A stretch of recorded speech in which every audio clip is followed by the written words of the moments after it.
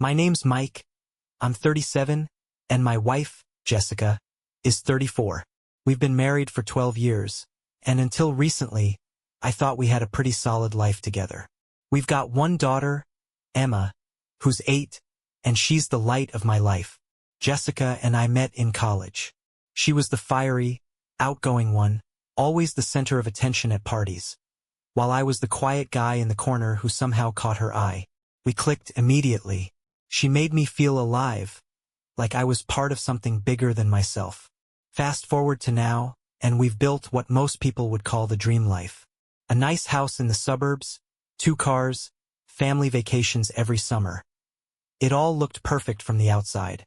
But if I'm honest, things haven't felt right for a while.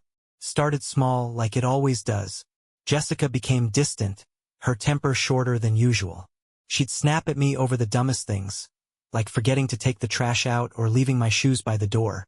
She started spending a lot more time on her phone, too, always texting or scrolling through social media. When I'd ask her who she was talking to, she'd just roll her eyes and say, "Just the girls." Then there were the late nights. Jessica never used to work late, but suddenly, she was staying at the office until 8 or 9 p.m. a few times a week. When I asked why, she claimed her boss was piling on extra projects.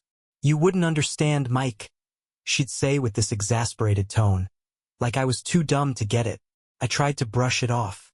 I told myself we were just in a rough patch, that it was the stress of parenting, work, and everything else life throws at you. But the more I ignored the signs, the louder my gut screamed at me that something was wrong. And then, one night, I found the first clue that shattered my world. The night it all started unraveling was a Tuesday. Jessica had just come home late from work again. She barely looked at me as she walked in, tossing her purse onto the counter and muttering something about being exhausted. She grabbed a glass of wine, disappeared into the bedroom, and shut the door. Normally, I'd let it slide. I hated fighting, and these days it felt like any little thing set her off. But something about her demeanor that night didn't sit right with me. It wasn't exhaustion.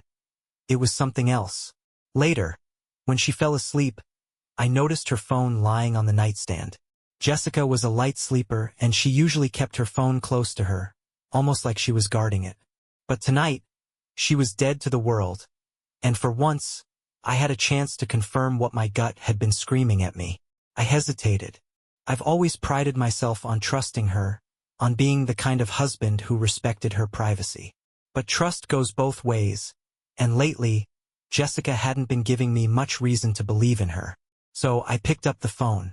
Her passcode was still the same, our anniversary.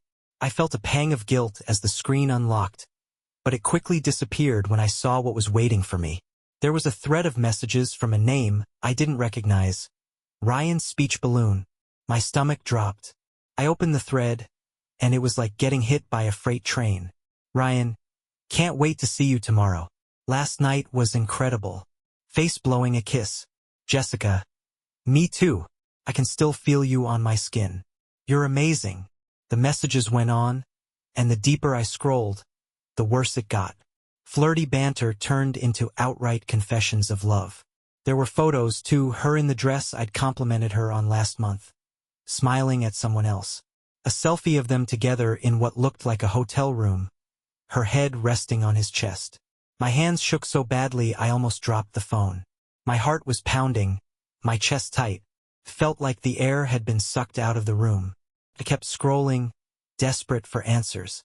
One message caught my attention. "Ryan, did you tell him about us yet?" Jessica. "Not yet. I'll do it soon. He's clueless." Clueless. That word burned itself into my brain like a brand. She thought I was clueless? That I hadn't noticed her lies, her late nights, the way she'd been pulling away? I put the phone down and walked into the bathroom, shutting the door behind me. I leaned against the sink, staring at my reflection in the mirror. My face was pale, my eyes wide with a mixture of shock and fury. She was sleeping with someone else. She had been for who knows how long. For the first time in my life, I wanted to break something. But instead, I stood there in the bathroom, my knuckles white as I gripped the edge of the counter, trying to calm the storm raging inside me. By the time I came back to bed, Jessica was still asleep, completely unaware of the bombshell I just uncovered. I lay down next to her, staring at the ceiling, my mind racing. I wasn't just angry, I was humiliated. She'd been lying to me for months, treating me like I was too stupid to notice. And the worst part? She wasn't sorry.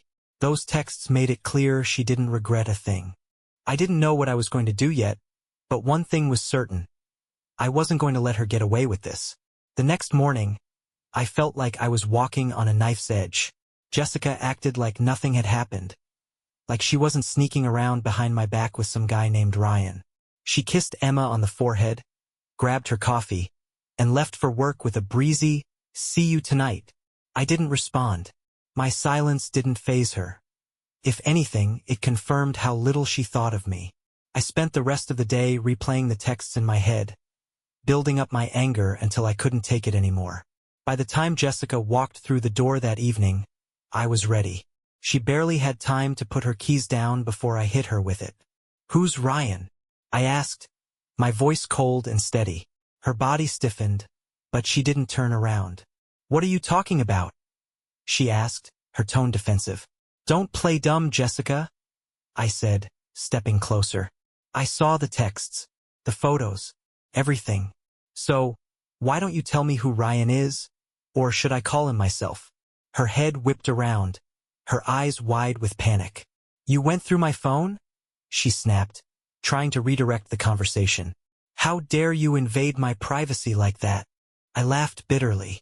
"Privacy? You're worried about privacy? You've been sneaking around, lying to me, and sleeping with another man, and you think I'm the bad guy for looking at your phone?" Jessica crossed her arms, her face hardening. "You're overreacting," she said, her voice dripping with condescension. "It's not what you think." "Oh, really?" I said, grabbing my own phone and pulling up the screenshots I'd emailed to myself. I held it in front of her face. "So, what part of I can still feel you on my skin am I misunderstanding, Jessica? Enlighten me."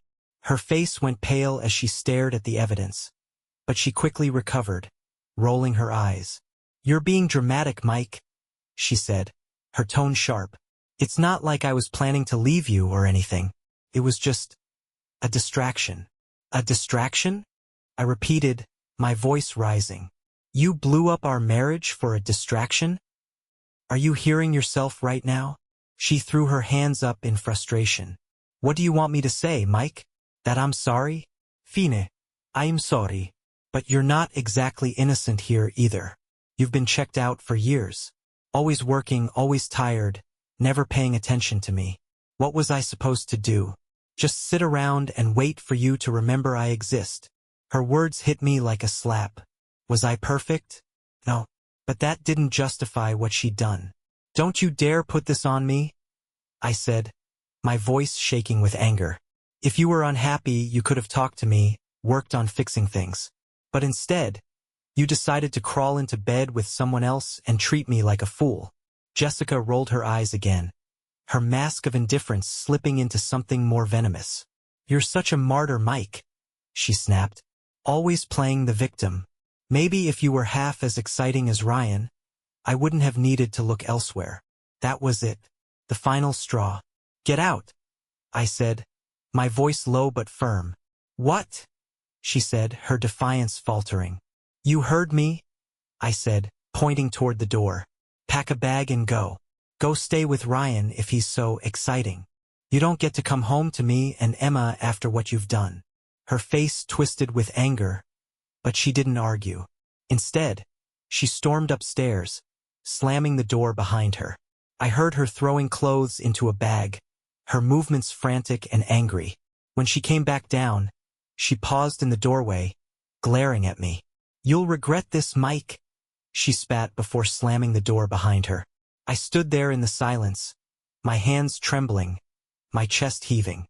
Part of me felt victorious, but another part felt hollow, like the life I thought I had was crumbling around me. But one thing was clear: this wasn't over. After Jessica stormed out, I stood in the middle of the living room, the echoes of the slamming door still reverberating in my ears. I wanted to feel relief, to feel like I'd taken control of the situation, but all I felt was a crushing emptiness. Emma was upstairs in her room, blissfully unaware of the storm tearing through her parents' marriage. I couldn't let her see me like this. I couldn't let her see the anger, the hurt, or the betrayal that was coursing through me. So, I forced myself to take a deep breath, plastered on a weak smile, and went upstairs to tuck her in. "Hey, sweetheart," I said, leaning against her doorframe. She was sitting on her bed, flipping through one of her picture books. "Hi, Daddy," she said, looking up with a smile. "Is Mommy back yet?" My heart sank. "Not tonight, kiddo," I said, walking over to sit on the edge of her bed.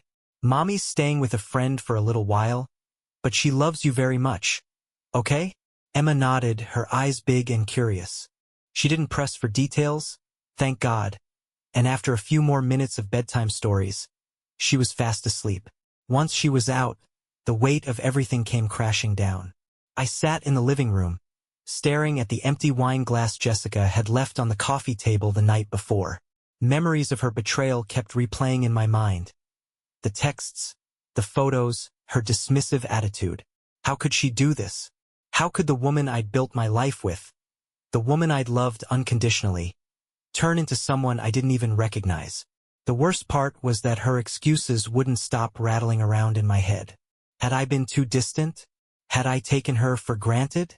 Was I so focused on providing for our family that I'd neglected the marriage? I hated myself for even considering it. This wasn't my fault. I hadn't driven her to cheat. She'd made that choice all on her own. And now we were all paying the price. The next few days were a blur. I kept the routine for Emma's sake. School drop-offs, dinners, bedtime stories. But inside, I was unraveling. I felt like I was walking around in a fog, constantly on the verge of breaking down but too numb to cry. Jessica called once, but I didn't answer. She left a voicemail, her voice shaky but defiant. "Mike, we need to talk.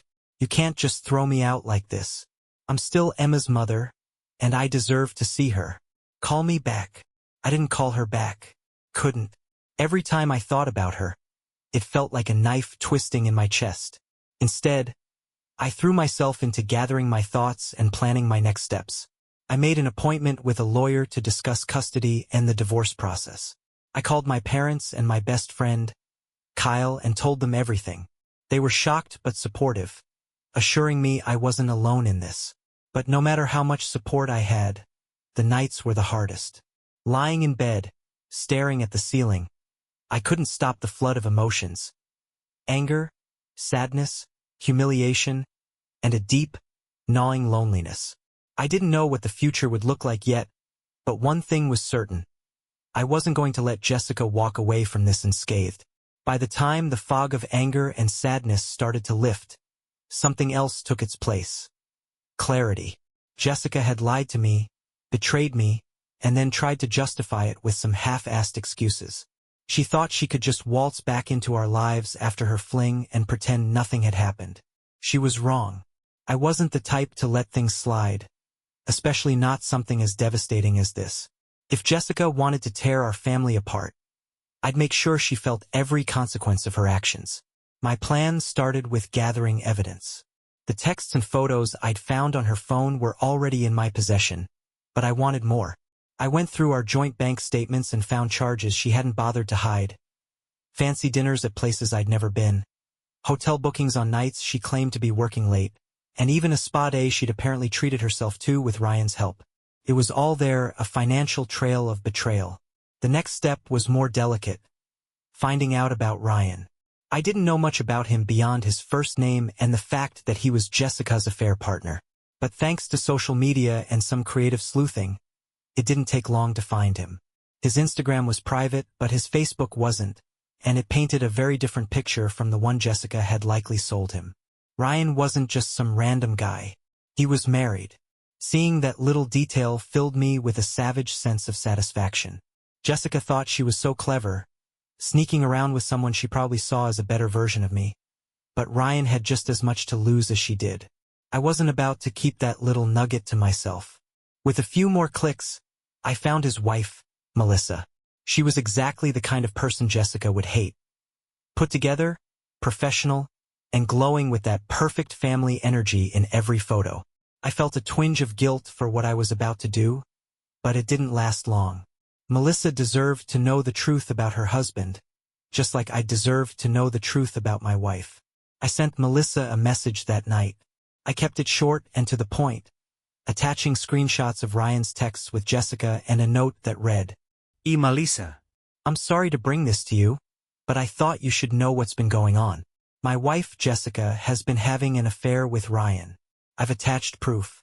I figured you'd want to hear it from someone who's also going through this nightmare. Let me know if you want to talk. Mike. The next morning I got a response. Melissa. Oh my God. I don't even know what to say. Thank you for telling me. I knew something was wrong, but I didn't know it was this. Can I call you? We talked later that day, and she confirmed what I'd suspected. Ryan had been acting distant, making excuses, and staying out late. She was devastated but furious, and by the time we hung up, we'd come to an agreement. She'd confront Ryan, and I'd keep Jessica in the dark for now. If they wanted to play dirty, we'd play smarter. Over the next week, things started to unravel for Jessica and Ryan. Melissa kicked Ryan out of their house, and from what she told me, his excuses and lies were just as pathetic as Jessica's. Meanwhile, Jessica kept calling me, leaving voicemails that alternated between apologies, guilt-tripping, and outright anger. Mike, I deserve to see Emma, one voicemail said, her voice tight with frustration. This isn't just about you. Stop being petty and call me back. She thought I was being petty? That was almost laughable, considering what I had planned next. It didn't take long for my plan to blow up Jessica's carefully constructed facade. The first sign came when she called me, her voice sharp and panicked. Mike, what the hell did you do? She demanded. Care to be more specific? I said coolly, leaning back in my chair. Melissa, she snapped. Ryan just called me freaking out because his wife found out about us. Did you tell her? I couldn't help but smile, even though she couldn't see it. I don't know, Jessica, I said, feigning innocence. Maybe Ryan should have been a little more careful with his texts. Or maybe you should have been, too. Her silence was deafening, and I could almost hear her scrambling for a way to regain control. You had no right, she hissed after a moment. And you had no right to destroy our marriage? I shot back, my tone as cold as ice. Actions have consequences, Jessica. Maybe it's time you learned that. She started to say something, but I hung up before she could get the words out. I wasn't interested in hearing her excuses anymore. The fallout spread quickly from there. Ryan's wife, Melissa, wasn't one to stay quiet, and neither was I. Word about the affair started circulating among our mutual friends. And before long, Jessica's perfect little world began to crumble. Her parents, who had always thought she could do no wrong, called me in tears. Her mother begged me to reconsider the divorce, claiming Jessica was just going through a phase, and that we could work things out. I shut that down quickly. This isn't a phase, I said firmly. She made her choices, and now she has to live with them. Jessica's friends started pulling away too. Apparently, they weren't too thrilled about her betraying her husband and blowing up another marriage in the process. One of them even reached out to me to apologize, saying she'd suspected something was going on but hadn't wanted to get involved. Better late than never, I guess, I said dryly. But the best part of the fallout was watching Ryan and Jessica's relationship implode. Melissa and I kept in touch, and she kept me updated on Ryan's situation. He tried moving in with Jessica, but their honeymoon phase didn't last long. They're already fighting, Melissa said during one of our calls. Apparently, Ryan's blaming her for everything. He even called her a liability. I laughed at that. Guess he's not so exciting now, huh? By the end of the month, Ryan had ghosted Jessica completely. He left her with nothing. No relationship, no support, and no one to turn to. She was stuck living with her parents, her reputation in shreds. Meanwhile, I was moving forward with the divorce. My lawyer was a godsend, and with all the evidence I had, Jessica didn't stand a chance in court. I filed for full custody of Emma, and while Jessica tried to fight it, the judge sided with me. Jessica showed up to one of the hearings looking worn down, her fiery attitude replaced by desperation. "Mike, please," she said after one session, catching me in the hallway. "I've lost everything. Don't take Emma away from me, too." I looked her in the eye, my voice steady. "You should have thought about that before you decided to cheat. Emma deserves stability, and I'll make sure she gets it." Jessica's tears didn't faze me. For the first time in months, I felt like I was in control of my life again. By the time the divorce was finalized, I felt like I'd survived a war. I'd lost the marriage I thought I had, the future I'd imagined, and the trust I'd spent over a decade building with Jessica. But I'd gained something just as important: clarity. The judge awarded me full custody of Emma, with Jessica getting limited visitation. I could see the pain on her face when the ruling came down, but I didn't feel sorry for her. She wasn't the victim here, Emma and I were. Once the dust settled, I started focusing on rebuilding my life. At first, it was overwhelming. I'd spent so long as half of a couple that I didn't know how to be just me. But I had Emma, and that gave me purpose. We settled into a new routine, just the two of us. I made it a point to be present for every little moment, helping her with homework, cheering her on at soccer games, and tucking her in at night. She was my anchor, the reason I didn't lose myself completely in the aftermath of Jessica's betrayal. Jessica tried to worm her way back into Emma's life, but the limited visitation meant she didn't have much opportunity. She'd show up for her scheduled weekends, acting like nothing had happened, but Emma wasn't blind to the tension. "Why doesn't Mommy live with us anymore?" she asked one night as I tucked her in. My heart clenched, but I knew I had to be honest with her, at least as much as an 8-year-old could understand. "Mommy and I had some problems we couldn't fix," I said gently. "But it's not your fault, Emma. We both love you very much." She nodded, her big eyes full of questions she didn't know how to ask. "I love you, Daddy," she whispered, wrapping her arms around my neck. "I love you too, sweetheart," I said, holding her close. As time went on, I started reconnecting with old friends, people I'd drifted away from during my marriage. They were quick to remind me of who I was before Jessica, and for the first time in years I started to feel like myself again. Jessica, meanwhile, wasn't doing so well. Melissa kept me updated on Ryan's downfall, and it was clear Jessica had hitched her wagon to a sinking ship. Ryan had been hit with legal trouble stemming from some shady business deals, and he was on the hook for a mountain of debt. Jessica's attempts to rebuild her reputation weren't going much better. Her parents were supporting her financially, but even they seemed fed up with her behavior. One of her friends told me she'd been complaining about how unfair everything was, blaming everyone but herself. "She still doesn't get it," I told the friend. "She never will." Despite everything, there were moments when I wondered if I could have done things differently. Maybe I should have tried harder to save the marriage, to forgive her for Emma's sake. But every time those thoughts crept in, I remembered the texts, the lies, the sheer arrogance of her betrayal. Jessica had made her choice and I'd made mine. Now, Emma and I were building a new life together, one free from lies and broken trust. It wasn't perfect, but it was ours, and that was enough. As the weeks turned into months, life with Emma started to feel normal again, our new normal. The house was quieter without Jessica's presence, but it wasn't an emptiness I missed. Instead, it felt peaceful, like a weight had been lifted. I threw myself into being the best dad I could be. Every weekend, Emma and I would plan little adventures, visits to the zoo, afternoons at the park, movie nights with popcorn and blankets. She smiled more, laughed more, and with each passing day, the tension that had lingered in the air while Jessica was around seemed to fade away. One Saturday, as we were painting birdhouses for her school project, she looked up at me with her big, curious eyes and asked, "Are you happy, Daddy?" The question caught me off guard.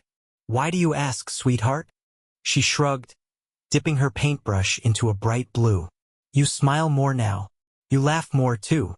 I set my paintbrush down and pulled her into a hug, the kind of hug where you hold on just a little longer than usual. "I am happy," I said, "because I have you." But even as I poured everything into my relationship with Emma, I knew I couldn't ignore the rest of my life forever. I put off dating, telling myself it was too soon, that I needed to focus on healing and raising Emma. And while that was true, there was another part of me, buried under the hurt and anger, that missed having someone to share my life with. Started small. Kyle, my best friend, invited me to a barbecue, and I forced myself to go. It was awkward at first, being surrounded by couples and families, but as the evening went on, I found myself laughing and joking like I hadn't in years. That night, Kyle pulled me aside and said, "You're allowed to live again, you know? Jessica doesn't get to take that from you." His words stuck with me, and a few weeks later, I took the plunge. I signed up for a dating app, not because I was ready to find the one, but because I wanted to see what was out there, to remind myself that life didn't end with Jessica's betrayal. The first few dates were awkward and forgettable, but then I met someone who changed everything. Her name was Lauren. She was 35, divorced, and had 2 kids of her own. We bonded over our shared experiences, over the heartbreak and resilience it took to rebuild our lives. Lauren was different from Jessica in every way. She was kind, empathetic, and most importantly, honest. From the very beginning, she made it clear that she valued trust above all else, and that honesty felt like a balm on the wounds Jessica had left behind. Emma met Lauren a few months later, and the two hit it off immediately. Watching them together, laughing, baking cookies, and playing board games, felt like a glimpse of a future I hadn't dared to hope for. Jessica, of course, wasn't thrilled when she found out I was dating someone new. She called me, her tone bitter. "So, you've already replaced me?" she said. "This isn't about replacing anyone," I replied calmly. "This is about moving forward. Something you should try sometime." She didn't have much to say after that, and I didn't care. For the first time in years, I felt like I was building something real, something healthy. Life wasn't perfect, but it was better. I was better.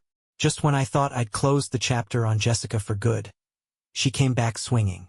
It happened out of the blue, months after I'd started seeing Lauren. I was picking Emma up from school one afternoon when Jessica called. Her number hadn't been blocked since we still had to communicate about Emma, but this call felt different. "Mike," she said, her voice trembling. "We need to talk. It's important." I sighed, already bracing myself. "What is it, Jessica?" "It's about us," she said quickly. "I've been doing a lot of thinking, and I want to fix things. For Emma's sake. For us." Her words hung in the air, heavy and unexpected. "Jessica, there is no us anymore," I said flatly. "That ship sailed the second you chose Ryan over our family." "I made a mistake," she said, her voice cracking. "I see that now. I was selfish and I took you for granted. But I'm different now, Mike. I've changed. Can't we at least try to make this work?" I almost laughed. It was like she'd forgotten everything. The lies, the betrayal, the way she'd blown up our lives without a second thought. "Jessica, do you really think it's that simple?" I asked, my tone sharp. "You think you can say a few nice words and suddenly everything's fine?" "I'm not saying it'll be easy," she replied. "But we have history, Mike. Family. Doesn't that mean anything to you? You should have thought about that before you destroyed it," I said coldly. She tried again a few days later, showing up unannounced at the house. I was in the middle of helping Emma with a science project when the doorbell rang. When I opened the door and saw her standing there, I felt a mix of anger and exhaustion. "Jessica, what are you doing here?" I asked, keeping my voice low so Emma wouldn't hear. "Mike, please," she said, stepping closer. "I'm trying to make things right. Can we just talk? Just the two of us." "There's nothing to talk about," I said firmly. "I've moved on, Jessica. You need to do the same." Her eyes flicked past me, catching sight of Lauren's shoes by the door. Her expression hardened. "So this is about her," she said bitterly. "You've got some new woman in your life, so you don't care about giving us a second chance." I clenched my jaw, fighting to keep my composure. "This isn't about Lauren," I said. "This is about trust. You broke it, Jessica, and there's no coming back from that." She stared at me for a long moment, her face a mix of anger and desperation.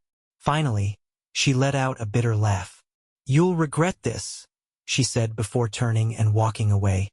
For a moment, I felt a pang of guilt, not for turning her away but for the fact that it had come to this.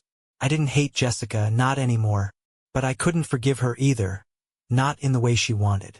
When I told Lauren about the encounter later that night, she was calm and supportive. "She's grasping at straws," she said. "She knows she lost you, and she can't handle it." Lauren was right. Jessica's attempt to win me back wasn't about love. It was about control, about not wanting to admit she'd made the wrong choice. And as much as it hurt to see her like this, I knew I couldn't let her pull me back into her chaos. My life was better now. Stable, honest, and filled with people who truly cared about me. Jessica's final attempt had failed, and for the first time in years, I felt truly free. It's been a year since Jessica's last desperate attempt to claw her way back into my life. Looking back now, I can see it for what it really was. A final grasp at control, at salvaging a situation she had completely destroyed. But what she didn't realize, and what I finally understand, is that her betrayal wasn't the end of my story. It was just the beginning of a better one. Life with Emma has been incredible. She's thriving, confident, happy, and so full of life. Watching her grow has been my greatest joy, and being her dad has given me a sense of purpose that nothing else ever could. Lauren is still in our lives, and our relationship has grown stronger with time. She's patient and kind, but most importantly, she's honest. For the first time in years, I'm with someone who values trust as much as I do. She's formed a bond with Emma, too, one that feels natural, not forced. As for Jessica, she's still living with the consequences of her choices. She's struggled to rebuild her life, bouncing between jobs and leaning heavily on her parents for support. Her relationship with Emma is cordial, but distant. I've made sure Emma has access to her mother when she wants, but it's clear that Jessica's actions left a mark on their bond. Sometimes people ask if I regret how I handled things, if I was too harsh, too vengeful. The truth is, I don't regret a thing. Jessica's betrayal shattered me, but it also forced me to see the cracks in our marriage that I'd been ignoring for years, pushed me to rebuild myself, to create a life that's stronger and more authentic than the one I had with her. If there's one thing I've learned through all of this, it's that betrayal doesn't define you. It hurts, it changes you, but it doesn't have to break you. You can choose to rise above it, to take the pain and turn it into something better. To anyone reading this who's been through something similar, here's my advice. Trust your gut. If something feels wrong, don't ignore it. You're not crazy, and your instincts are there for a reason. Know your worth. Don't let someone else's choices make you question your value. You deserve honesty, respect, and love. Take control. Whether it's through therapy, rebuilding your routines, or leaning on friends and family, take control of your healing process. Don't let anyone else dictate your story. I'm not the same man I was before Jessica's betrayal, and that's okay. I've grown. I've healed.